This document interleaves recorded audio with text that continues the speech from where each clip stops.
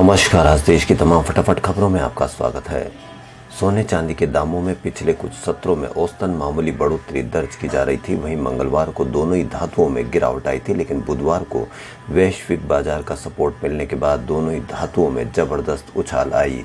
सोने ने पिछले कुछ समय में कोरोना वायरस के मामलों में बढ़ोतरी के चलते रिकवर किया है और 48,000 के ऊपर पहुंच गया है, लेकिन सोना अब भी रिकॉर्ड हाई के लेवल से 52,200 से नीचे है।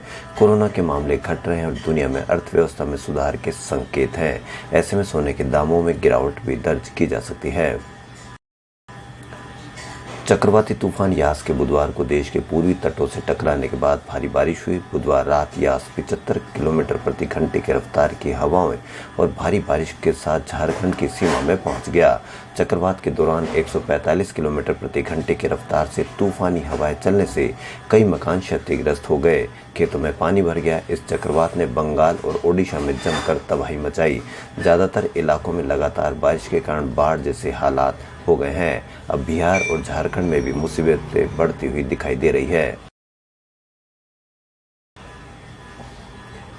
देश में कुछ दिनों से एक दिन के अंतर तक रिटेल फ्यूल के दाम बढ़ाए जा रहे हैं। मंगलवार को पेट्रोल डीजल के दामों में बढ़ोतरी हुई थी, जिसके बाद दाम बुधवार को स्थिर थे, लेकिन गुरुवार को आज दाम फिर बढ़ गए हैं। आज ऑयल मार्केटिंग कंपनियों ने पेट्रोल के दाम 24 पैसे प्रति लीटर और डीजल के दामों में 29 पैसे प्रति लीटर की बढ़ोतरी की है। मंगलवार को 23 और डीजल 27 पैसे महंगा हुआ था। मई महीने में अब तक कुल 15 दिन फ्यूल के दाम बढ़ाए गए हैं। इससे कई जगह पेट्रोल 100 रुपये के पार हो गया है। पटना उच्च न्यायालय ने बिहार में लॉकडाउन लागू करने में पुलिस की कथित जाति और राज्य के विभिन्न स्वास्थ्य देखभाल केंद्रों में रोगियों और उनके साथ मौजूद परिजनों के साथ उचित व्यवहार न किए जाने की शिकायतों पर नाराजगी व्यक्त की है। मुख्य न्यायाधीश संजय करोल और न्यायमूर्ति एस कुमार की खंडपीठ द्वारा गठित विशेषज्ञों की 3 सदस्यीय टीम ने राज्य भर में दौरा कर सरकारी और निजी अस्पतालों के अलावा कोविड देखभाल केंद्रों का अवलोकन करने के बाद एक रिपोर्ट पेश की थी, जिसका अवलोकन करने के बाद न्यायालय ने इस संबंध में मंगलवार को एक आदेश पारित किया।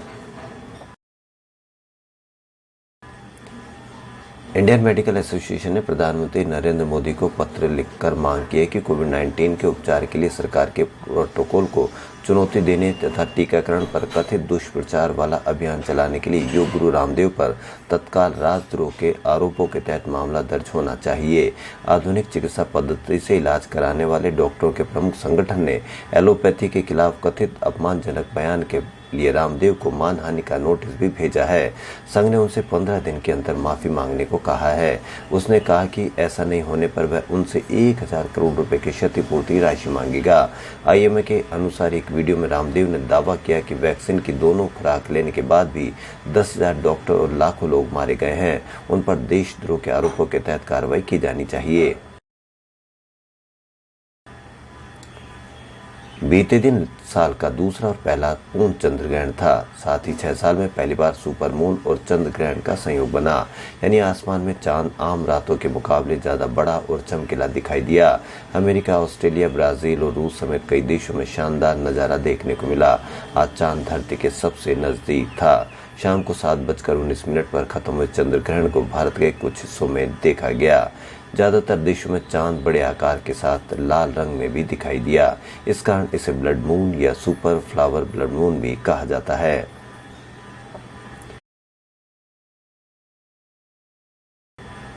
देश में बीते 24 घंटों में 2,11,275 नए कोरोना संक्रमित मिले।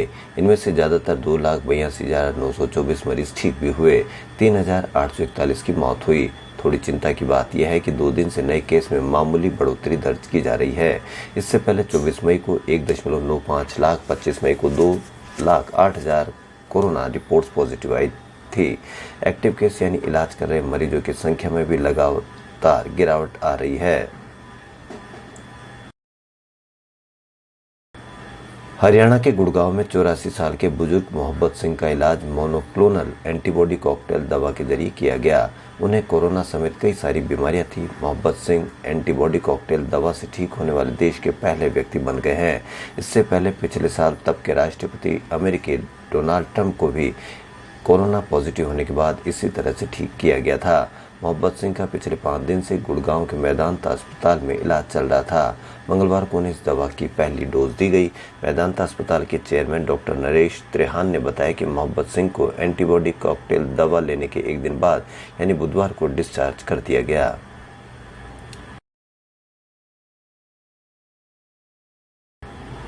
मैसेजिंग ऐप व्हाट्सएप केंद्र सरकार के नए आईटी नियमों के खिलाफ कोर्ट पहुंच गया है। 3 महीने पहले जारी की गई गाइडलाइन में व्हाट्सएप और उस जैसी कंपनियों को अपने मैसेजिंग ऐप पर भेजे गए मैसेज के ओरिजिन की जानकारी अपने पास रखनी होगी। सरकार के इसी नियम के खिलाफ कंपनी ने अब दिल्ली हाई कोर्ट का दरवाजा खटखटाया है। इलेक्ट्रॉनिक्स एंड आईटी मिनिस्ट्री ने भी व्हाट्सएप के आरोपों को जवाब दिया। मंत्रालय ने कहा कि भारत सरकार राइट टू प्राइवेसी का सम्मान करती है। सरकार का इसे नुकसान पहुंचाने का कोई इरादा नहीं है।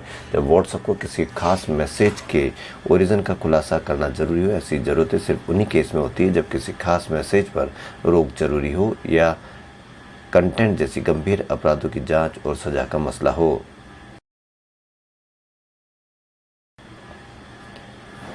उत्तर प्रदेश के स्वास्थ्य मंत्री जयप्रताप सिंह के गृह जनपद सिद्धार्थनगर में स्वास्थ्य विभाग की बड़ी लापरवाही सामने आई है। यहाँ एक गांव के 20 लोगों को 2 अलग अलग कंपनियों की वैक्सीन लगा दी गई। इन्हें कोविशील्ड वैक्सीन की पहली डोज लगाई गई थी, फिर दूसरी डोज कोवैक्सीन की लगा दी गई। हालांकि डॉक्टर्स का कहना है कि इन लोगों के स्वास्थ्य पर कोई खास असर नहीं होगा, सबकी स्थिति सामान्य है। उधर सीएमओ ने कहा कि दोषियों पर कार्रवाई की जाएगी। भारत में अभी तक आधिकारिक रूप से 2.69 करोड़ लोग वायरस से संक्रमित हुए हैं, जबकि 3,07,000 लोगों की इससे मौत हुई है। हालांकि मौत के आंकड़े महामारी की असली तस्वीर बयान नहीं करते हैं। वर्ल्ड हेल्थ ऑर्गेनाइजेशन ने अनुमान लगाया कि दुनिया में कोरोना की वजह से मौत के आंकड़े आधिकारिक संख्या से 2 से 3 गुना ज़्यादा हो सकते हैं। भारत में आधिकारिक रूप से कम मौतें रिपोर्ट होने की आशंका और ज़्यादा है। द न्यूयॉर्क टाइम्स ने भारत में मौत के सही आंकड़ों का अनुमान लगाने के लिए कई एक्सपर्ट्स की मदद ली।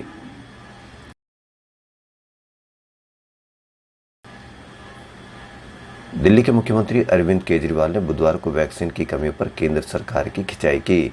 उन्होंने कहा कि देश इस वक्त कोरोना से युद्ध लड़ रहा है। केंद्र ने राज्यों से कह दिया है कि वे अपने लिए वैक्सीन का इंतजाम कर ले। अगर पाकिस्तान हम पर युद्ध कर दे तो यह नहीं कह सकते कि यूपी अपने टैंक खरीद ले, दिल्ली अपने हथियार खरीद ले। हम किसी भी कीमत पर यह युद्ध नहीं हार सकते। देश ने 6 महीने पहले ही खो दिए हैं। कोरोना को हराने के लिए हमें अब टीम इंडिया बनकर काम करना होगा।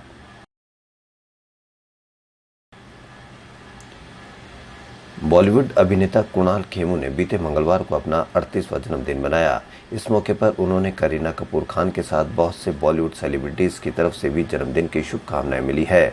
कुणाल खेमू, जो कि अपनी बेटी इनाया से बहुत प्यार करते हैं और जिनकी इनाया के साथ हमेशा तस्वीरें और वीडियोज वायरल होते रहते हैं, उनकी इसी बेटी ने अपने पिता के जन्मदिन पर इसे खास बनाने के लिए केक भी तैयार किया है, जिसका वीडियो वूपला ने अपने आधिकारिक इंस्टाग्राम अकाउंट से शेयर किया है। इस वीडियो को उनके फैंस बहुत पसंद कर रहे हैं और इस पर तरह तरह से प्रतिक्रियाएं भी दे रहे हैं। खबरों फिलहाल इतना ही। यदि आपको हमारा चैनल पसंद आए तो लाइक, सब्सक्राइब और शेयर अवश्य करें। धन्यवाद।